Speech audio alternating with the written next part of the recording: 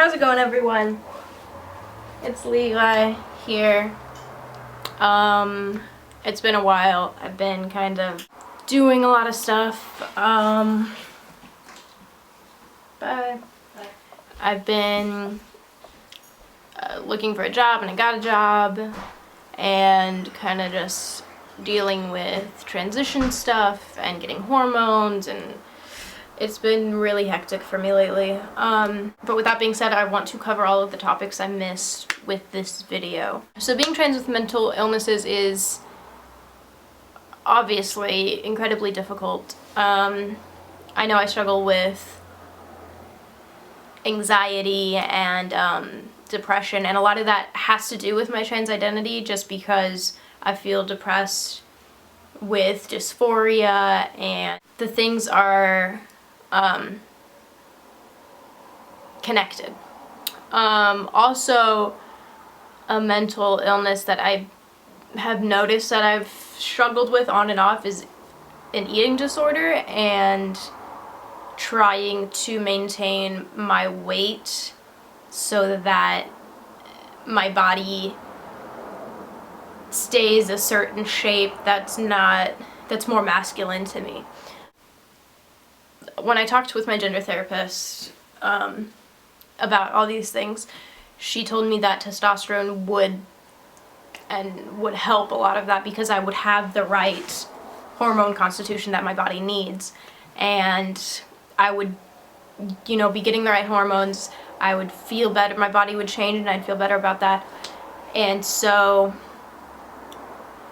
I just kind of take it day by day. Okay, next topic, packing pre-T. I don't have a lot of experience with this. I don't pack often, and when I do, I don't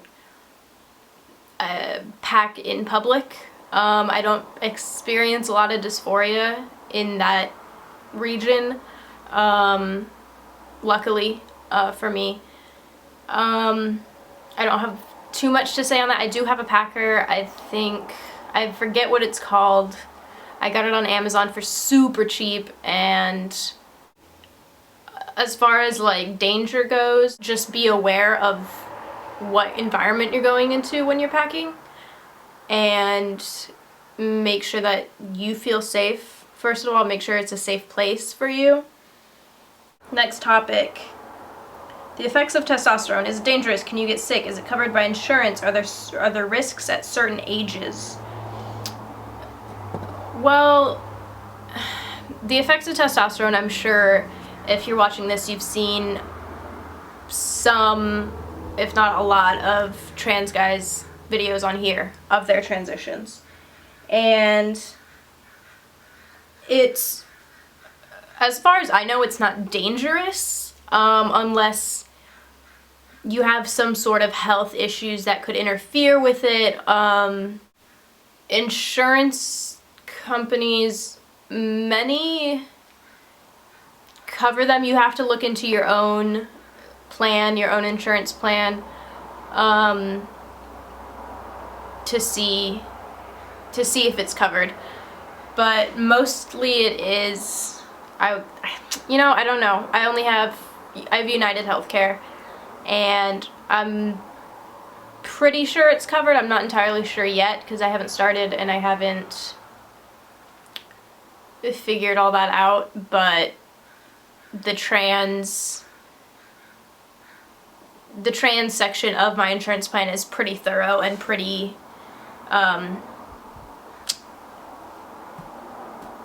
good. I can't think of the right word, but it's pretty decent. Can you get sick from it? I don't think so. Like I said, I'm not a doctor, but as far as my research has gone, you can't get sick from taking it. There are risks at certain ages. Like I said, I don't know.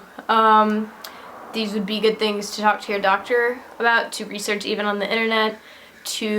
I know you can take hormone blockers when you're pretty young, like before you start puberty, and that can like eliminate the puberty that you would be going through, so that you can take your hormones and go through the puberty you're supposed to go through. Um, but as far as I know, there aren't any risks. I have a close family friend who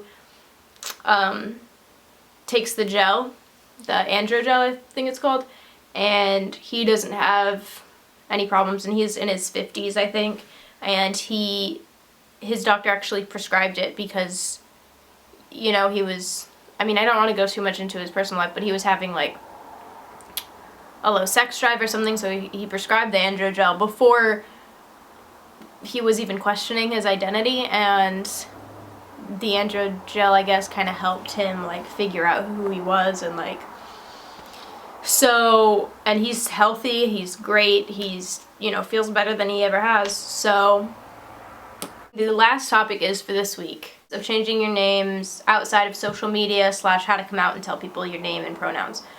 So I wasn't going by Levi for a while. Actually, just pretty recently started going by Levi. Ambiguity was the first social media where I was going by Levi. It's been interesting. When I came out to my parents, I didn't tell them right away. Like, it wasn't the first thing I told them. I kind of waited a little bit, like a week, and then I was like, hey, I just thought you should know that, like, this is my name that I want to start going by, and, you know, these are the pronouns. And they've been really good about it. They call me Leave. School, I haven't had the chance to start going by Levi yet, because I didn't go by Levi in my last school year. But this year, I'm going to my class. The course I'm taking for my first quarter is called Queer Narratives, so it's going to be pretty easy to just be like, hey, this is the name I want to go by. And a lot of classes that I've taken just say your last name, and then when you raise your hand, you say the name you want to go by. So I've been really lucky in that way. Jobs have kind of been awful. I just applied and got a job at Pizza Hut, and I didn't tell my manager that I'm trans. I just kind of, as we were going through the paperwork, I was like, you know, I have a chosen name, but I don't know if I should put my legal name and all this stuff. And he was like, yeah, just put your legal name and we'll put, you know, whatever name you want on your name tag. And I was like, yeah, all right, whatever. Like, it becomes sticky when you're, you know, doing government type shit and, you know, filling out paperwork that needs your legal name, and it just becomes a little stressful and I got a little anxious. But it was kind of a big surprise when I told a lot of people. My girlfriend was the only one calling me Levi for the longest time, and then when I came out, I changed my name on Facebook, and it's been fine. How to come out and tell people your name and pronouns. That's a little difficult. I mean, I think that should be one of the first things you ask someone when you meet them, just because you can't assume based on anyone what their pronouns are. So it helps to have someone with you and to just kind of be calling you by your pronouns and your name. I mean, obviously introduce yourself with your name, and if it's people that you've already met, just kind of say like, this is the name I want to go by now, these are my pronouns. If you can't respect that, then, you know, fuck you, honestly. With parents, obviously it's a lot harder and it takes a lot more patience if you feel safe enough to come out to them and to tell them your name and pronouns. My parents still mess up.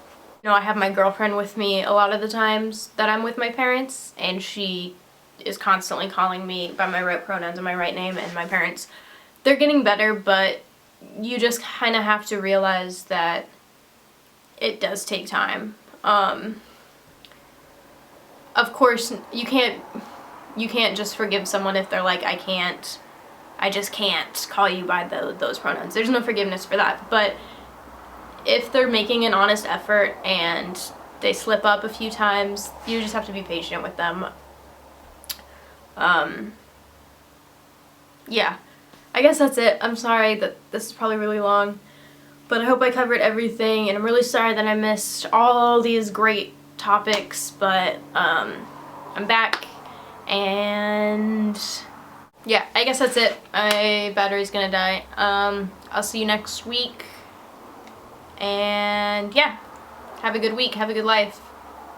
Tell your loved ones that you love them, even your pets, especially your pets.